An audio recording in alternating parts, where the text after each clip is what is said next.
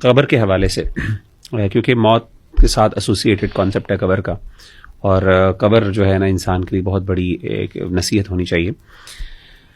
سیدنا عثمان رضی اللہ تعالی عنہ جو ہیں قبر کو یاد کر کے بہت رویا کرتے تھے. اچھا. اور ان سے کسی صحابی نے پوچھا کہ اے امیر المومنین، جنت جہنم کا تذکرہ ہوتا ہے، حشر کا تذکرہ ہوتا ہے، اتنا رونا نہیں آتا، قبر پہ کیوں ہوتا ہے؟ تو انہوں نے اللہ کے رسول صلی اللہ علیہ وسلم کی وہ حدیث پڑھی. آپ نے فرمایا کہ قبر جو ہے وہ آخرت کی منزلوں میں سے پہلی منزل ہے، اور اگر انسان اس میں کامیاب ہو جائے گا تو آگے والی منزلیں آسان ہوں گی، اور اگر اس سے انسان پھنس گیا، یہاں پہ پھنس گیا، تو پھر آگے والی منزلیں بھی بہت مشکل ہوتی.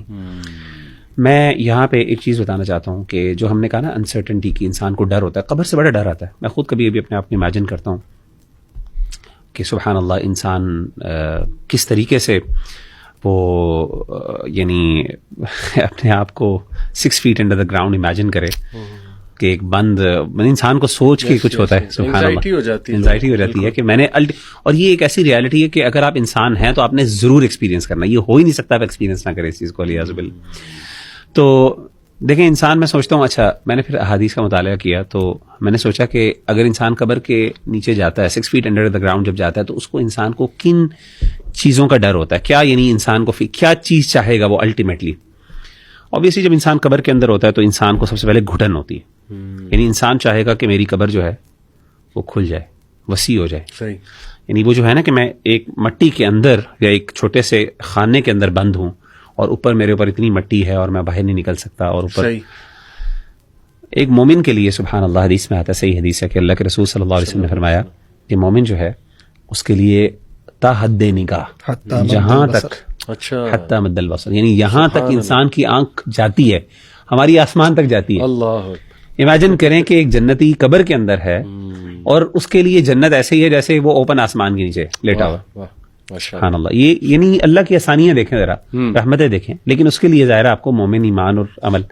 تو وہ ڈر ختم ہو گیا. بالکل ٹھیک. اچھا، دوسرا ڈر یہ ہوتا ہے انسان کو اس بند کمرے کے اندر کہ چلیں کھل گئی ہے، کوئی ساتھی ہونا چاہیے، اکیلا پن. حدیث میں آتا ہے، صحیح حدیث ہے، نبی صلی اللہ علیہ وسلم نے فرمایا کہ انسان کے جو نیک اعمال ہیں وہ ایک انسان، خوبصورت انسان کی صورت میں انسان کے پاس آ رہے ہیں. انسان چلے گا، آواز آئے گی چلنے کی، وہ کہے گا کہ یہ کون ہے، آپ کون ہے؟ کہے گا میں تمہارے اچھے اعمال ہوں. سبحان اللہ. اور وہ آپ امیجن کریں قیامت تک اس کے ساتھ رہے گا. یعنی امیجن کریں کہ آپ اوپن آسمان میں ہیں اور آپ کے پاس کوئی بندہ گپ شپ لگانے کے لیے، یعنی ایون اگر آپ سو بھی رہے ہیں نا، آپ کو پتا ہے کہ ایک بندہ میرے ساتھ بیٹھا ہوا ہے، آپ کا محبت کرنے والا، آپ کا لویل فرینڈ، وہ آپ کا جگر یا آپ کا یار آپ کے ساتھ ہے. اللہ. اور آپ کو پتا ہے جب یار ہوتا ہے انسان کا، انسان جتنی مرضی مشکل میں ہو، جتنی مرضی مشکل میں ہو، اگر یار کے ساتھ انسان بڑے بڑے رسک لے لیتا ہے، چلو یار دوست ہیں ساتھ، کوئی نہیں، انشاءاللہ کر لیں.